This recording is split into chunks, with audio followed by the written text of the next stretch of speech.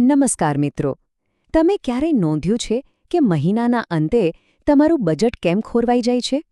ભલે પગાર એનો એ જ હોય, પણ ખર્ચો ડબલ થઈ ગયો હોય એવું લાગે છે, ખરું ને? હા, તમે સાચું વિચાર્યું. આજના આ વિશ્લેષણમાં આપણે એવી જ એક સળગતી સમસ્યા પર વાત કરવાના છીએ જેણે આપણા સૌની ઊંઘ હરામ કરી નાખી છે. અને તે છે મોંઘવારી અથવા તો ભાવ વધારો.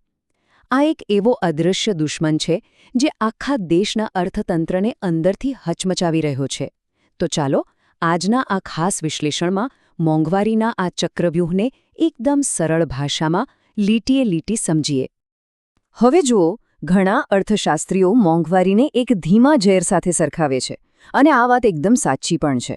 સાદી ભાષામાં કહીએ તો જીવન જરૂરી ચીજવસ્તુઓના ભાવમાં જે સતત અને અસહ્ય વધારો થાય છે ને, એ જ મોંઘવારી. આ કોઈ રાતોરાત આવતો તાવ નથી, પણ એક એવો ધીમો રોગ છે જે દેશના અર્થતંત્રને તો ઠીક, પણ તમારા અને મારા ખિસ્સાને ધીમે ધીમે સાવ ખોખલું કરી રહ્યો છે. જ્યારે રોજિંદી વસ્તુઓ લેવા જઈએ અને ભાવ સાંભળીને પરસેવો છૂટી જાય, ત્યારે સમજવું કે આ ધીમું ઝેર હવે આપણી આર્થિક કમર તોડી રહ્યું છે. તો આજના આ વિશ્લેષણમાં આપણે મુખ્ય 4 મુદ્દાઓ પર ફોકસ કરીશું. સૌથી પહેલાં, આ ભાવ વધારા પાછળના અસલી કારણો શું છે? બીજું, સામાન્ય માણસ પર તેની કેટલી ભયંકર અસર પડે છે? ત્રીજું, આ સમસ્યામાંથી બહાર આવવાના નક્કર ઉપાયો કયા છે? અને છેલ્લે, આખી આ પરિસ્થિતિમાં આપણી એટલે કે સામાન્ય નાગરિકની શું ભૂમિકા હોઈ શકે? તો ચાલો સૌથી પહેલા વિભાગથી શરૂઆત કરીએ. ભાવ વધારાના મુખ્ય કારણો. આખરે આ ભાવો રાતોરાત આટલા બધા વધી કેવી રીતે જાય છે? ચાલો એના મૂળમાં જઈએ. અહીંયા એક બહુ જ સિમ્પલ આર્થિક સિદ્ધાંત કામ કરે છે: માંગ અને પુરવઠાનો નિયમ. તમે જ વિચારો, આપણા દેશની વસ્તી કૂદકે ને ભૂસકે વધી રહી છે, બરાબર? હવે વસ્તી વધે એટલે લોકોની જરૂરિયાતો વધવાની. પણ શું એની સામે ફેક્ટરીઓમાં કે ખેતરોમાં ઉત્પાદન એટલી જ સ્પીડથી વધી રહ્યું છે? ના. અને બસ અહીંયા જ આખું સંતુલન ખોરવાઈ જાય છે. વસ્તુ લેવાવાળા 10 હોય અને વસ્તુ એક જ હોય તો સ્વાભાવિક છે કે એનો ભાવ આસમાને પહોંચવાનો જ. આને હાઈ ડિમાન્ડ અને લો સપ્લાય કહેવાય. હવે એક બીજો કારણ જોઈએ, જે બિલકુલ માનવ સર્જિત છે: સંગ્રહખોરી અને કાળો બજાર.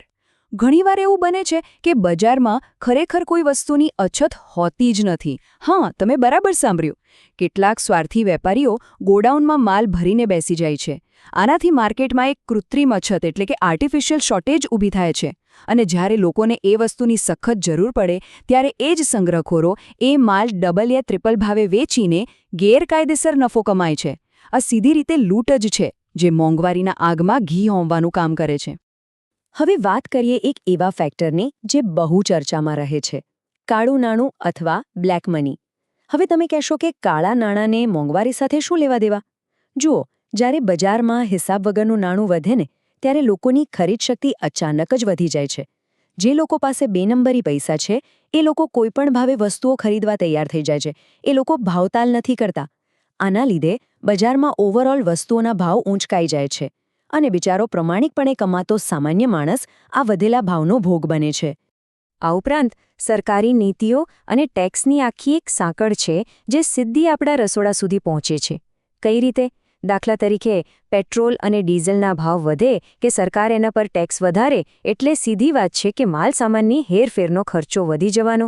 ટ્રકનું ભાડું વધે એટલે ખેતરમાં ઉગેલું ટમેટું કે બટાકું જ્યારે તમારા શહેરના માર્કેટમાં પહોંચે ત્યારે ટ્રાન્સપોર્ટેશન કોસ્ટ ઉમેરાઈને એનો ભાવ નોંધપાત્ર રીતે વધી ગયો હોય છે.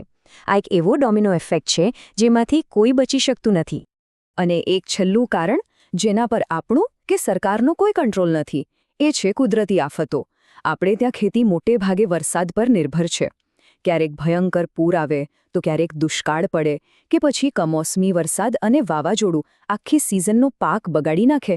જ્યારે આવું થાય ત્યારે ખેત ઉત્પાદનમાં સીધો જ ઘટાડો નોંધાય છે.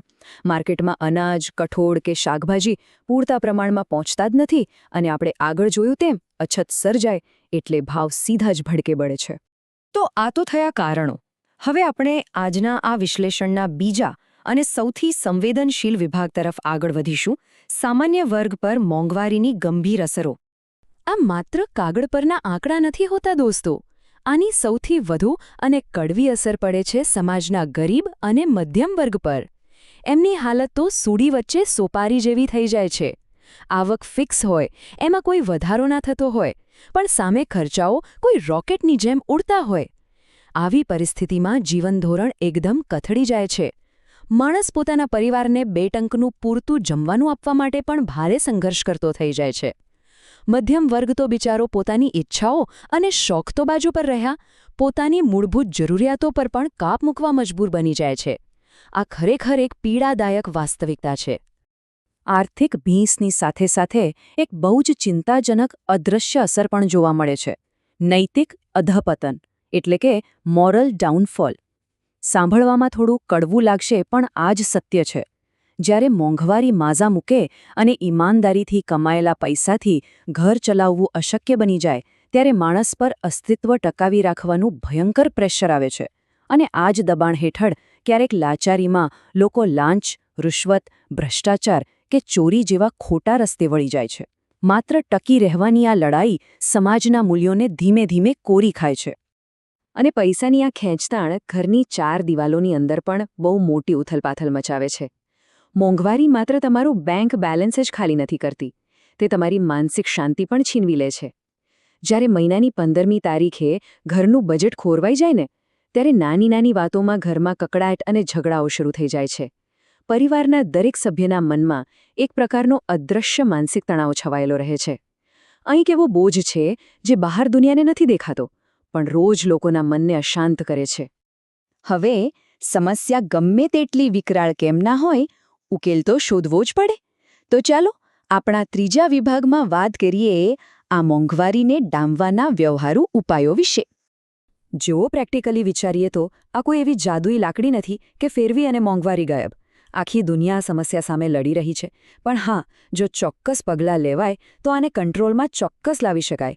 અહીં સ્ત્રોતોમાં દર્શાવેલા 4 મુખ્ય ઉકેલો છે. પહેલું, ટેકનોલોજીનો ઉપયોગ. ખેતી હોય કે સેક્ટરી, નવી ટેકનોલોજી વાપરીને ઉત્પાદન વધારવું પડશે, જેથી માંગ સામે પુરવઠો પહોંચી વળે. બીજું પગલું બહુ કડક હોવું જોઈએ. જે લોકો કાળો બજાર અને સંગ્રહખોરી કરે છે, એમની સામે સરકારે કોઈપણ દયા વગર કડક કાયદાકીય એક્શન લેવા જોઈએ. ત્રીજું છે વસ્તી નિયંત્રણ. આ બધા મૂળિયા વસ્તી વિસ્ફોટમાં છે, તો એના વિશે જાગૃતિ લાવવી બહુ જરૂરી છે. અને ચોથું, સરકારી સસ્તા અનાજની દુકાનો એટલે કે પીડીએસ સિસ્ટમને એટલી મજબૂત અને પારદર્શક બનાવવી જોઈએ, જેથી ગરીબ માણસને યોગ્ય ભાવે અને સારું અનાજ આસાનીથી મળી શકે. હવે આવીએ આપણા છેલ્લા અને સૌથી અગત્યના વિભાગ તરફ. આખી આ પરિસ્થિતિમાં આપણી ભૂમિકા શું છે અને આનું તારણ શું છે? મોટાભાગે આપણે સરકારનો જ વાંક કાઢતા હોઈએ છીએ, પણ શું આપણે ગ્રાહક તરીકે આપણી જવાબદારી નિભાવીએ છીએ? અહીં વાત આવે છે કરકસરની. જો એક જાગૃત નાગરિક તરીકે આપણી ફરજ છે કે આપણે બિનજરૂરી અને દેખાદેખીવાળા ખર્ચાઓ ટાળીએ. જ્યારે આપણે બધા જ ખોટી અને બિનજરૂરી વસ્તુઓની ડિમાન્ડ ઘટાડીશું ને, ત્યારે ઓટોમેટિક બજારમાં માંગ કંટ્રોલમાં આવશે, અને માંગ ઘટશે એટલે ભાવ પણ ધીમે ધીમે અંકુશમાં આવશે. આપણી રોજિંદી લાઈફમાં કરેલી નાની નાની બચત અને સમજદારી ભવિષ્યમાં આર્થિક રીતે બહુ મોટો ફેરફાર લાવી શકે છે, ખરું ને? તો અંતે આ બધું સમજ્યા પછી એક બહુ મોટો પ્રશ્ન ઊભો થાય છે.